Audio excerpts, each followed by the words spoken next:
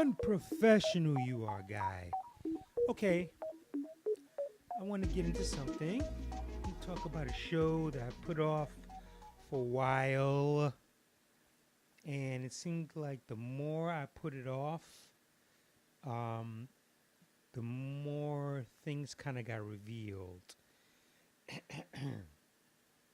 And I didn't really mean to wait this long to discuss the show titled Glow, the Gorgeous Ladies of Wrestling. And this is season 2, but I'm not going to talk about season 2 without discussing season 1, of course. Last year from Jump, I remember, was it TV Talk? They used to be on, yeah, it was TV Talk from that was on the Collider channel, which I wish they still had that show and their cast, but the things over there, whatever. They were mentioning this show, and I just kept hearing Glow, but I didn't know what it was, and then I found out what it was. I said, oh yeah, I was familiar with, the Gorgeous Ladies of Wrestling. I thought this was an interesting concept. Being familiar with the wrestler Ivory. What's Lisa's full name? Yeah, I don't want to mess it up. But she used to be Ivory in the WWE or WWF. And she was also one of the Gorgeous Ladies of Wrestling. Very pretty woman. And I wish they had actually consulted with her. It would have been just extra cool. Nothing being taken away from the show at all. Sorry, brain fart. Thoroughly enjoyed it, watched it. It was so funny because I remember watching season 1, and every time I, lay back, and just last summer, lay back, watch it, and I'm like, damn, the episodes are flying by. I'm under the assumption that these are like, 42 plus to an hour, shows. I'm one that's coming off of the whole Daredevil, Luke Cage, and all this other stuff from Netflix. And I believe that this was the first show from Netflix that I viewed that was, under 30 minutes, at 30 minutes or whatever, less than that. I haven't gotten a chance to catch up, and I'm way behind on the Arrested Development. I think they're like two seasons in on that platform. I used to watch that show on Fox, so I knew that they had that 30-minute forum, but I just remember laying back and watching each episode, and it just felt like, damn, I just laid down to watch this one episode. Now I had to get back up. It wasn't until like maybe episode 9 or 10 with Dawn, I said, these must be really short, and I looked, found they were short. But that, to me, that's a good sign. It shows that you're really into a show and that you didn't want it to end. I love the characterizations. I really fell for Mark Moran's character. I'm hoping I pronounced his last name correct. Lee. I was very aware of the name, but did not know the comedian. And when I saw his face, I was like, I know this dude. I think he might be like a comedian or something like that.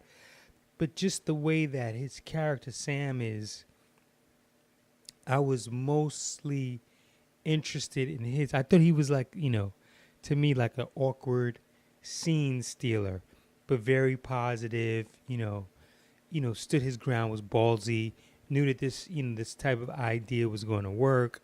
But then his artistic mind was trying to put in his, his weird screenplay stories into the wrestling genre. And the fact of him coming up with the concept or a similar concept to Back to the Future is hilarious. For those that haven't checked it out, you should check it out. It's I wouldn't really call that much of that much of a spoiler. Um, but yeah, I remember watching it last season and completely, you know, embracing Sam. Of course, I liked Ruth. She just, with her, uh, wide-eyed. I don't want to say bushy tail, but she was just like, down on her luck actress. Wasn't really getting the breaks, and was just like, you know what, I'm down for this. I feel like this can work. I'm just so into it because I haven't been cast in Jack, and I'm just all about this, But I really felt that, as I was saying, that I was just more into the character of Sam, to the point that I wanted Mark Moran to get nominated. I was like, this dude should get nominated. But you know how these awards are. They're like, a year off from when the show drops. So the show came out in the summer, and I'm not, like if anyone's listened to my other shit, I'm not really that familiar with those dates when the awards, ceremonies happen. I know that the Oscars in February. That's, because there's usually some wacko shit that happens that makes you, it's like a reminder that the Oscars are like right around the corner. Especially when, you get also you can tell when you get more of the dramatic, heartfelt weirdo, or I should say heartfelt slash weirdo slash indie films that are coming out around this time, which is, the fourth quarter of the year. Then they're all trying to bid for Oscars, going into January, early January. Excuse me. But yeah, I really wanted, Mark Moran to get nominated. I just recently, this is, another reason why I kind of put it off, unknowingly, saw that there were some nominations for this go around for the Emmys. And that's after watching season 2. And then I had to realize, like, oh, yeah, this is for freaking season 1.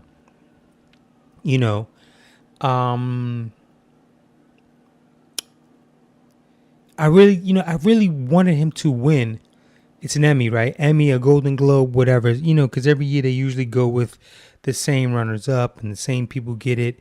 They'll let some new face come in and someone might come up. It's usually, what I see from those awards is that if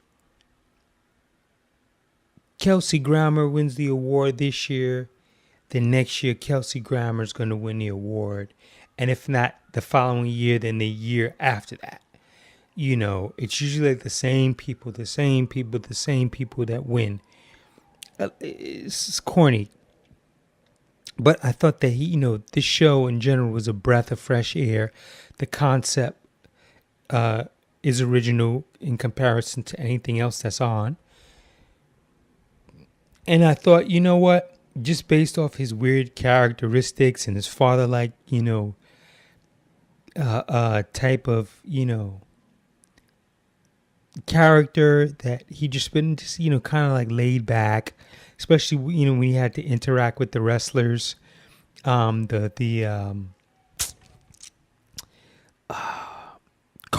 the character Carmen, her, she comes from a lineage of wrestlers, and there's some things that happen in that, and just how he handles it. It's just so cool of him to do that. This is still season 1 I'm talking about.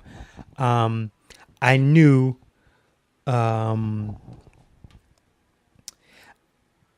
from jump, I kind of have a knack for picking talent. I really do. I so really do.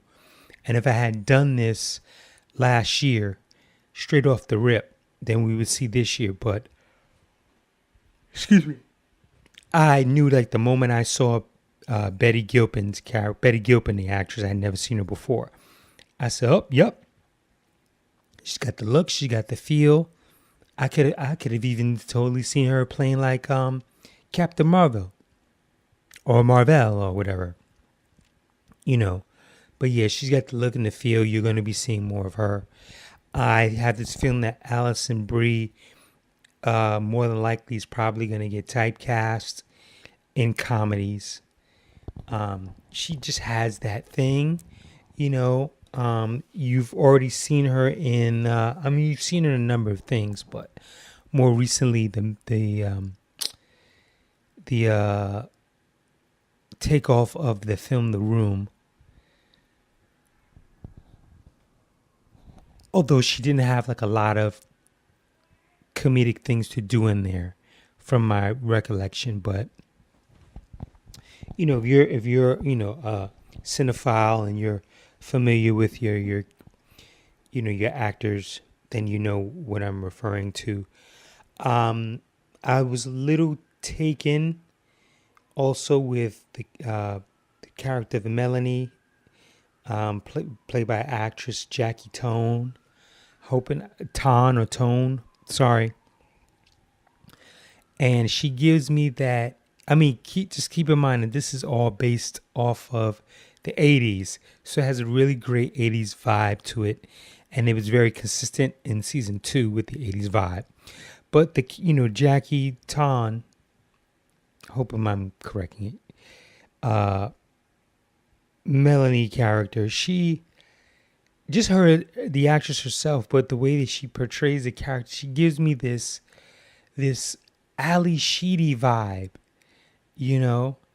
and just seeing her on screen and knowing that this is an 80s piece, it's like, oh my gosh, she feels so much like fucking Ali Sheedy, and she's just a weirdo, a shit starter, and just another one that's just very confident, like, I'm the type that could be doing nothing all day and at the end of the day end up in a White Snake video, shit like that or whatever. She's just hilarious. Even though in the beginning she's a pain in the ass, she's hilarious. I do remember, oh my God, who's this young lady? She plays the Viking. I remember she directed or produced, or directed and produced that film with Jason Ritter about Dick. That was the name. That was like the catchphrase of the film. Something like more dick or want some dick or something like that. She was good. She also evolves a little bit more in season 2, just a teeny bit. Kia Stevens, who I did not know as an actress. I just saw her face and I was like, wait a minute, she's a wrestler. I've seen her somewhere before, and she plays Tammy, Welfare Queen. Her character also evolves in the season 2. And I guess, I'm sure it was very, refreshing. I must also say, not even that I'm sure, I know it was very refreshing, because the longer I put this off to do this, to talk about this show, the more interviews I found. So I got to, learn a little bit more about what was going on for season 1 as they were making it. So to have, Kaya on board as like the only actress in the group that could wrestle, and then being the ladies being trained by Chavo Guerrero, one of the coolest and ultimate in fucking professional wrestling with that lineage, whose father actually trained the ladies of G.L.O.W on the real show. So, I was pleasantly surprised, and I always like when I see something that's fresh, with an original stance to it. I totally dug it. Of course, with most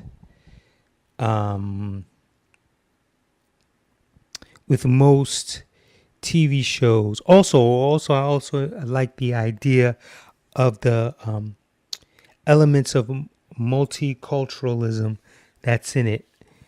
Um, so you get a big spectrum, and I'm sure that was the actual concept of the show, the original show, so that they could, you know, expand their horizons and hit, all audiences throughout. I also like the character of Bash, too. He was bright-eyed, the coked up, bright-eyed producer. Who in season 2 you learn a little bit more about him as well. That you learn some things about him in season 1. He has money, but you learn a little bit more in season 2 that will bring it kind of full circle. I don't want to give that away. But as I was stating before, you do have those elements of where I always say, we kind of ran out of ideas, so let's do the cliched shit. Or maybe we forgot, we had a team of writers and maybe we didn't, oversee all of the scripts like we were supposed to. So we might have, fucked up the continuity, or it's just, Mariana Palka is the name of the actress from that directed the film. Damn, is it something with Dick? And it's a very catchphrase. It's a catchphrase film that you've heard with Dick. Anyway, get back to what I was saying. Yeah, there's certain little things that they do, that I'll just be like, like, why did they do that? They kind of botched that up with this and that, but it's not enough to completely turn me off. Like, I'll openly admit there's enough, bullshit that's on fucking Power, TV show Power, that, I let slide because, as I've said before, or if I haven't, I'm saying it now, that there are certain shows that to me are just guilty pleasures. And as far as I'm concerned, a guilty pleasure is a show, from my perspective, that I like the talent so much. I like watching the talent so much that it keeps my interest, in watching it. And I go, oh yeah, I've seen this before. Okay, yeah, I'm following this. Such and such. Okay, that was corny. But the acting's so good. It's very, there are times where you watch a show and it plays its cards to the point that you're watching a soap opera. And there are certain shows that you'll watch and the shit's just good and you don't really feel like you're in a soap opera. Like Scandal in the beginning was, and then after a while it felt like a soap opera. The Good Wife is another good show, that I stopped watching for some reason, because now I'm watching the spinoff from it, which is really, really good. But The Good Wife, I only, I stopped on the first season. I said, you know what, I got to come back to this. I think it was like last year sometime, and there was a lot of shit that was going on, like as far as like, watching shows, catching up with shows, and, and I might have said to myself, what, I got to come back to the show, not now, but down the line. And I, I knew that they were coming up with the spinoff. So, I wanted to see if, let me watch this and see if it's going to, have anything to do, but they're two totally different shows. I mean, some of the characters are the same, but you don't have to watch, you don't have to be caught up with The Good Wife to watch the spin-off show. Sorry, I just can't remember. It's The Good Something. Sorry. Anyway, as I was saying, there's certain things that season 1, it's like they let certain things linger on and you didn't have to. Like, let me get the name of the characters I like. referring to the names of the characters rather than the actresses when I can. So bear with me 1 second. Like the character of Debbie, played by Betty Gilpin, right? Betty Gilpin. The character of Debbie, like once she, there's some spoilers here, a little bit of spoilers. So I'm saying it, I'll say it a couple of times in case you want to kind of double tap, fast forward, do whatever you got to do. Okay. Her relationship with her husband and the drama that goes on with that, right? I feel like, okay, maybe I can do without spoiling it because it was gearing to come out, and when I slowed myself down, I caught myself. I feel like once we knew about, their relationship, and when you watch the show, you'll know what I'm talking about. It got to a point where it was just like, okay, dude, we don't need you anymore because the focus is so not on you. And everything that he brought to the table to me felt negative. Actually, in actuality, it was negative even until the end.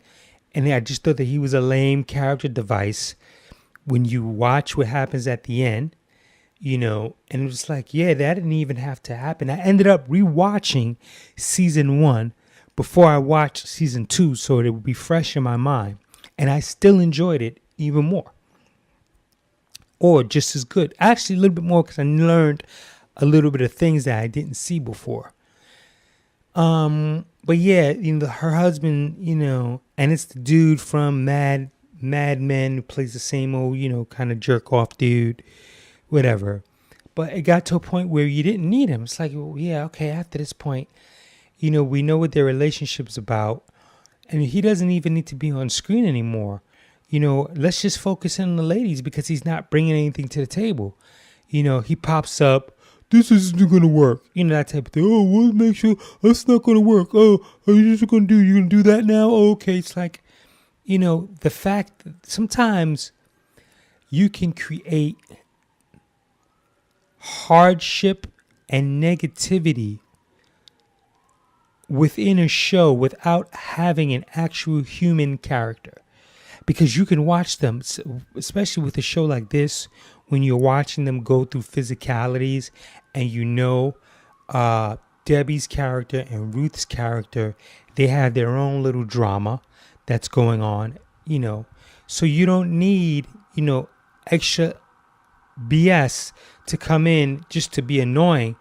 Because you could have, did a little bit more character development with the screen time that you gave him. It's like, okay, we know that their relationship is up and down, up and down. We've already established that. All right, now we know that, Debbie's going to either have something worth fighting for or not, but you need to hit the bricks, buddy. And I just thought that he was just, was just wasted. And they even squeezed him into season 2 and it was just like, what the fuck are you doing here? Like, you got to hit the bricks. And even when they showed him in season 2, he still didn't bring anything. He still didn't bring anything to hey, look, here's a wrestling, outfit that I had professionally made for you or something. It's like, not even that. It's like nothing, dude. It was just a waste of space. It's just like, oh, well, he was in the first one. Let's cut him a check and bring him in the second one so that you remember type of thing. So I felt like that was just a waste of time. There is a scene where Debbie, her character goes to a wrestling match with Carmen and is it Melanie? I'm not sure. But yeah, because Carmen knows, she's all about wrestling because of the lineage. So she knew where there was a wrestling match in town and they were going. And, this is at the point where Debbie decides that she's all in. She's like, I'm all in now. And, for those that haven't seen it, check it out. Like I said, I don't want to give too much away. I don't want to give the plot and stuff away. But she decides that she's all in. And she's trying to learn about this whole, creating the character, the in-ring drama and all this other stuff. So she meets this wrestler. And the wrestler, he gives her the whole speech. He's breaking the whole thing down because him and his other wrestler, I wasn't too sure if they got along or whatever it was, but he was like, that really doesn't matter. It's just that we have a chemistry when we're in the ring and we know how to make it work. We dance and, we leave all that stuff in the ring. And then I'll go back to my business. He goes back to his business and we're all good. He does this whole speech and then like a few episodes later or the next episode, she's fucked up. She's doing fucked up shit. And I'm like, well, wait a minute. Like, she doesn't want to have a match with Ruth. And I'm like, okay, well, why even have the scene where when she goes to Sam, episodes before, and she goes, I'm in, I'm all in. Then you proceed that with her going to the wrestling match, talking with the wrestler. And then when she finds out she has to work with Ruth, now she doesn't want to do it. And like everybody should kiss her ass, And as you watch the show, you'll understand why she feels that way. But, and then it's like, well, then what's the sense in having you say you're all in? It would have been better put her and Ruth's animosity prior to. Let that build. It was already building, but let that build. And then it gets to a point where she has the aha moment. She goes, F it, I'm all in. Okay, then she talks to the wrestler. The wrestler tells her what he tells her. It doesn't make a difference if you like them, if they're this or that or whatever. It's that you understand one another when you're in the ring. And then she can evolve, throughout the season and go, all right, we don't have to like each other, but we got to wrestle. And I know how to, let's just do this. We're not friends or we're not this or whatever issues that we have. Keep it outside the ring. When we get in the ring, we dance. And then you start seeing her evolve. It's just dumb to like, oh, I'm all in. Then 2 episodes, oh no, I'm not all in. It's like, yo, either you in or you out. Let's just have a little, cohesive, consistency, so, and then, at the end, as I mentioned, I wasn't too happy, with the mechanism that they used, the plot device with, Betty and her husband. I just thought, just as a transition to get her from point B to point C, I remember when I looked at it, I said, oh, they could have done something way better. Sam could have came in and did such and such, or she could have came in and did such and such. You didn't even need the husband to be sitting there. It was just like, throughout the rest of the there's a certain point as you're watching the show, you will realize like, yo, he doesn't even need to be here. It is what it is. I also think that, and these are just little things that, like I said, I still enjoyed it.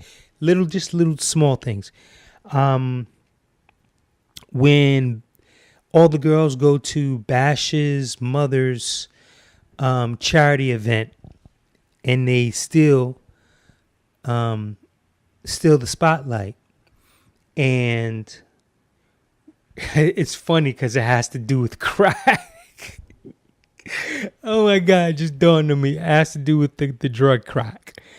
So I just want to leave it like this, as much as I fucking want to just tell you. I know if I had another person doing this with me, we'd probably be expanding on it because it's just fucking hilarious. But Ruth does this whole thing about her addiction and things that are going on in her life. And I think that Melanie, aka Ali Sheedy lookalike, I felt like her character should have made that speech, because if memory serves me right, like she did do like a stint in rehab, so it would have been more of a character reveal for her. And when you watch the show, she's like kind of high strung. You don't see her doing drugs or anything, but she's just a funny weirdo type of chick. I think she's weirder than the wolf chick. if you ask me. What's her name? She Wolf or some shit like that. I think she's weirder than her, but she's funny, in an annoying goddamn way, and she acts like she's one of those characters. And the funny shit is that when I saw her interview, and you see Jackie Tan interviewed, she almost acts the same way, where she's like, very bubbly, very energetic. It's like you're either into my world or you're not. And I totally get it. And she'll just say things that's just like off the cuff, and it's just mad funny. And the audience, they don't know. I'm talking about doing an interview. The audience didn't know whether to follow her or not. If you guys get a chance, just, look her up. And it's in the Build series that's on YouTube. And just watch her interview, because we'll watch her interview after watching the show, for those that haven't seen the show. And for those that have, watch the interview. So now you'll be like, oh, she feels so much like her fucking character. So they cast her like right on the head. Yeah, I just felt like she should have been the one, because Ruth has this breakout moment, with the Russian character. And I do think that that's before, this, big charity event, so it's like, all right, cool. She has her breakout thing. Now let's let another character get shine. And hey, you know what? How about Melanie? Let's let her, do a little reveal of character. And then if we want to expound a little bit more in the following season, then we can go ahead. They didn't have to, do all these other little things. Okay, well, now we've already cracked her shell, so we might as well just keep cracking the shell. No, you just tease us a little bit. I mean, you've teased us with the Carmen character. We know her lineage. We've got to see, meet her family, and you understand that. And then if you want to go back and go a little deeper, you could. It is what it is. So, I mean, like I said, it's like little things like that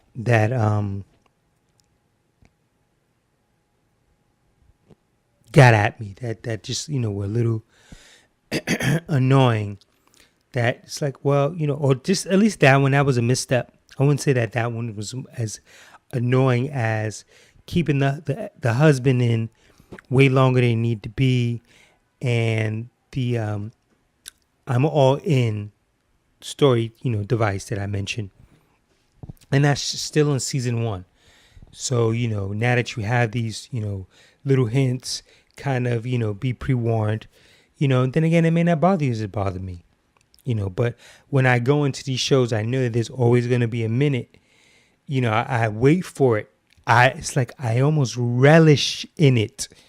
And it's not like I'm sitting there like with bated breath. I'll just be cooling out. And then all of a sudden, it'll happen. I'll be like, oh, you had to go and F it up. Okay, turn you off. Boop. But I was so, invested in the characters at this point that when they did it, I still wanted to watch. And plus, I liked the talent that was going on.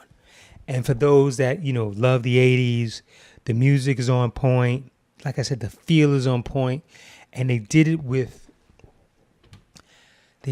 such imagination that they, you didn't have to see, them all on the streets in the 80s cars and the 80s this and the 80s that, where it was going to run up the budget. So when you watch the show, you'll know exactly what I'm talking about, because they have certain locations that they do, and they, do the dress designing, and of course the costumes, and you'd add that all in with the music, and you get the feel. You throw in a couple of, the vintage cars that the characters are driving, and you're fucking right there. So, I'll just tie that little bow up for season 1 and how it sucked me in. And it's other little things that I don't want to, talk about, like with Justine and things like that. And I like how they created certain characters. As far as the wrestling characters and things like that. Now I roll into season 2, and I'm waiting, I'm like, okay, G.L.O.W's coming. But I believe that last year, I thought that it was out earlier. And I think that they had pushed it back to July because I can't remember what new shows that they were dropping. I know Lost in Space was one of them. They can keep that shit. And then they moved up Luke Cage, and I still have yet to watch Luke Cage, and I'm really not in a rush. But when I do, I'm probably gonna, I'm not gonna binge. I'm gonna watch 2-3 episodes and stop. Meditate on it. Do I want to go further? And then, 1 or 2 here, stop. 1 or 2 here, stop. Right now I'm watching Castle Rock. I was going to say Castle Rock. And I'm up to I'm up to episode 2. I have to rewatch them because I was watching season 2 and 3 and I kind of like dozed off. Just funky sleeping patterns. I dozed off. And when I got to the, I kind of knew what was going on in 2, and I was a little preoccupied. But then I said, you know what? I know enough to go into 3. And then I passed out on 3. And then I was like, I'm going to bed. But I got to rewatch this to be fair. So, yeah. So Luke Cage gets pushed back. Anyway. Yeah. If memory serves me right, Orange is the New Black usually came on like April, May-ish. And they pushed that back. And I'm wondering, what if that had anything to do with G.L.O.W being pushed back. Or maybe it wasn't pushed back and maybe I'm just, delusional. But I like this show way better than Orange is the New Black. And they stretch heavy on that show. And like I said, it's another show that's a guilty pleasure because I like the talent. I like the talent in the show, but there's a lot of shit that goes on there. And I'm just like, dragging that out, that's corny, that's corny, that's corny, that's corny. Dragging that out, you acted very well in that scene, acted very well in that scene. And sometimes when you have an ensemble of people and you like the talent and then you start to mix and match with the talent. So now this week, these two are working together and they haven't worked together at all. And you go, ooh, I wonder what it's like. Actually, when you think about it, it's actually like watching wrestling. I wonder what would happen in a match between The Rock and Roman Reigns for WrestleMania or something. And then they wrestle, and either the match is good or the match sucks. And that's what happens sometimes with these shows when you have a big ensemble, like Orange, like G.L.O.W. So you see all these good characters, and they get to like play with them. And they're, okay, these two have never hung out. Okay, and then you see them on screen. You're like, oh, okay. They have great chemistry and they're dancing together on screen. So, yeah. And quite frankly, and I know I've spent too much time on this, Orange is the New Black, is at the point where they're milking it and it's time for it to, take a walk in the sunset. And from what I read, that the next season is going to be the last, more than likely. And I think it's a good idea before it just gets completely trash. Just let it ride out into the sunset before you completely F it all up. And actually, the creators, showrunners of this show, they run G.L.O.W. And let me transition back into the second season. Second season, stepped up the game. And it's, it really, a lot of shows, they aren't able to do that, no matter what platform they're on. And I feel like they definitely stepped up the game. They, expounded on some characters. We get to see Tammy, a.k.a. the welfare queen. You get to see, a lot of character reveal in her, And I will tell you now, this isn't a big spoiler, she has a child. And you get to see, her family situation and things of that nature.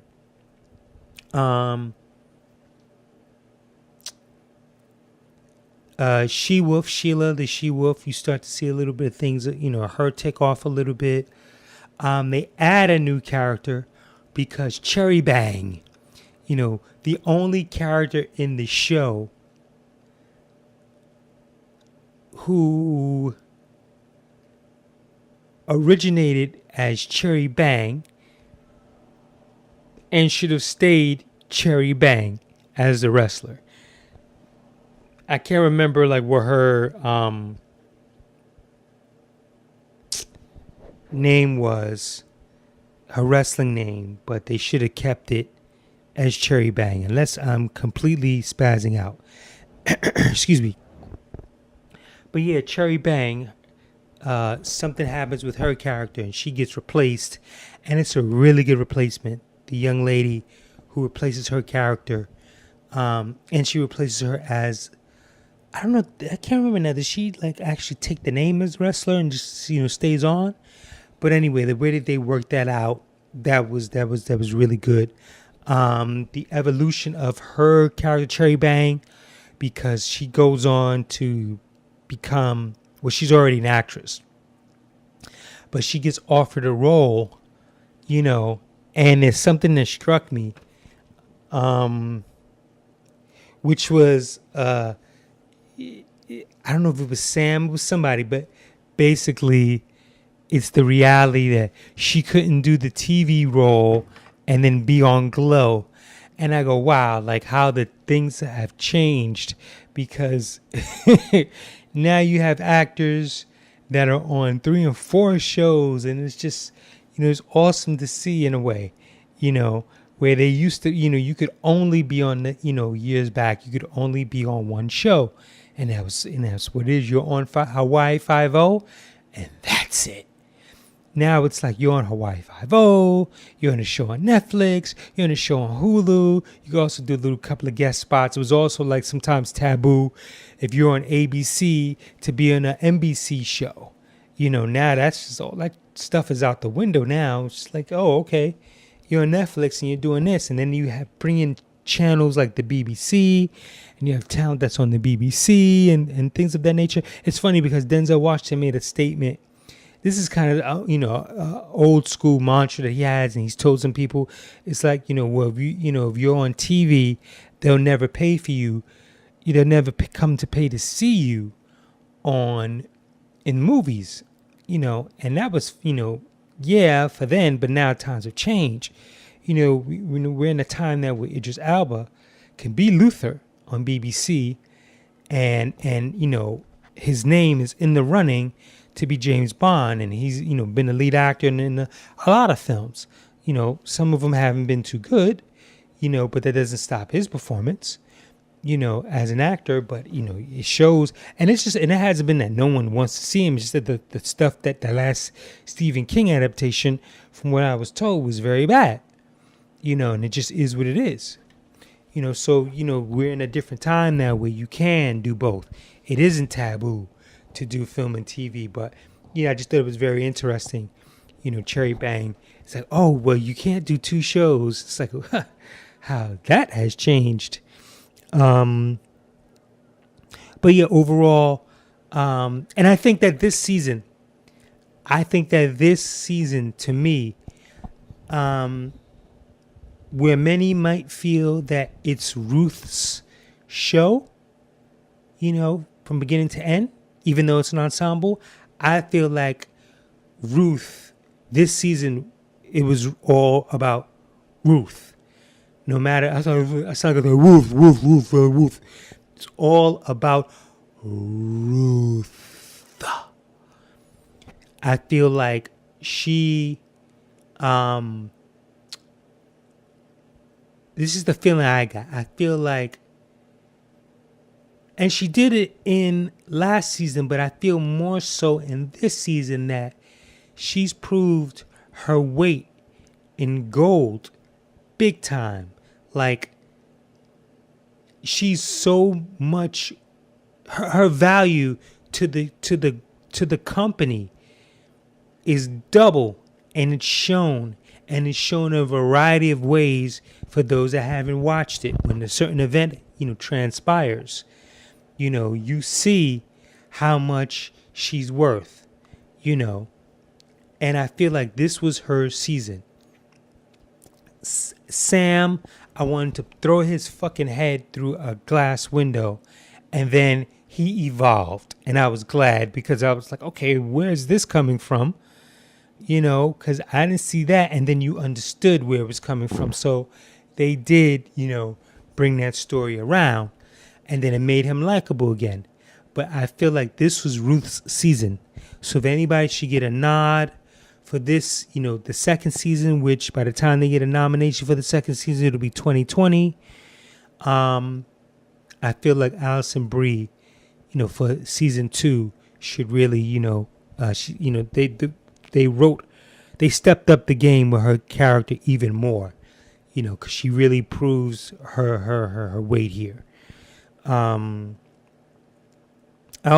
like the 2 old ladies, the geriatric team. They're hilarious both seasons. So overall, and I did mention with Bash, I like Bash, and you'll see a little bit more of evolution with Bash's character as well. But overall, I do enjoy G.L.O.W. Season 3, it's actually has one of those endings where I wish they would just stop production. Because like I said before, you've heard me say many times before, sometimes certain shows are just meant to go for that little time. 10-part series and you stop. No season 2, no season 8. You have a little window and you stop. That's it. Like Dragon Fist, Iron Fist rather. They're trying to save face, of course. Clean up whatever it is. But I have a feeling, although I'm hearing buzz, the action stuff looks good.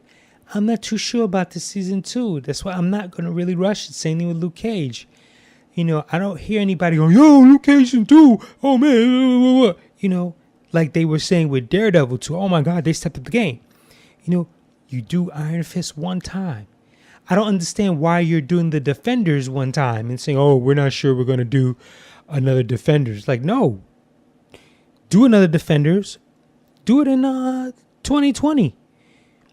Because we're waiting for Daredevil. And from what I was told, I was wrong. I thought it was going to be next year.